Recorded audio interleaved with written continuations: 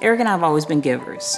And when you have a gift and God has blessed you and he's called you to do something where you don't follow the way he's called you to follow, something good can end up being not so good for you. God had taken us from all types of debt, blessed us so we can have a very nice home in a short amount of time. And then our kids started playing ball. It was a big deal to me that the kids that were playing with my kids, I wanted my kids to play with the best players in the country. And so, the players that we were serving, the families that we were serving, they benefited from me really wanting my kids to be with the best. And but we spent a lot of money, a lot of money. And because we have given hearts, we started to pay for everything. Now, like one tournament alone is over $1,500. Right. And that came from our pocket. And we didn't begrudge any of it, but we found ourselves in a situation where we were given so much, but we weren't taking care of what we needed to do for us. We just found ourselves one day possibly losing things. That truck.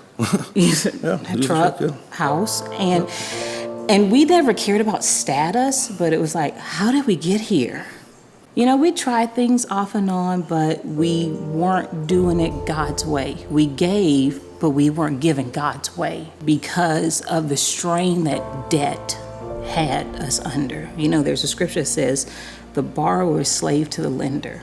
The lender was telling me what I could feed my kids, when I could feed my kids, what I could do for my kids, what I could even do for myself. I remember that first day, the lender just had me so bound. You're trying to give your kids this life. And for me, it was a big deal. I wanted my kids to have a life. When I was a kid, my parents always said, well, next year we'll go. I was the only black kid in my school, the high school that I went to, junior, senior year. And so the kids that I hung out with, playing baseball with, we played summer ball together. Those kids would go on vacations, man. Like, Rick, where y'all going this weekend? Oh, man, we're going to Cancun. What? You going to Cancun? So when I asked my mom and my dad, listen, can we go? About maybe next year. And it was always next year. So I was determined, man, that when we got older, when we had kids, we weren't going to say wait till next year. We're going to just do it now. You can spend so much money.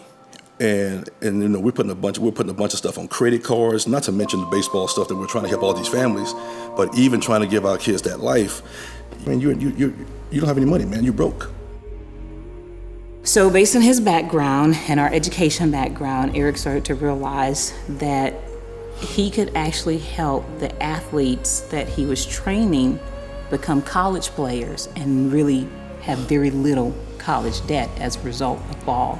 And I said, okay, God. I said, so here's the deal. Man, if we're going to tithe, I need to increase the amount of money that I'm getting at that warehouse where I'm training student athletes. Holy Spirit has a sense of humor. He said, well, okay, how many players you want to work with? I said, man, at least 25 to 30. I'm doing the math of what that would come out to. Man, was it within a week? Within a week, we hit over 60. It was crazy. That was insane. So you talk about test me, try me, and so talking about, man, God could do way more than we could think or even ask. That was crazy. The neat thing about it is, since January of 2019, we have paid off over $81,000 in debt. Yep. When you do things the way that God says to do it, there is so much freedom and so much liberty because we're still giving. Today we're talking about a plus ultra God. His provision is beyond anything you can ever imagine. Right on. Amen.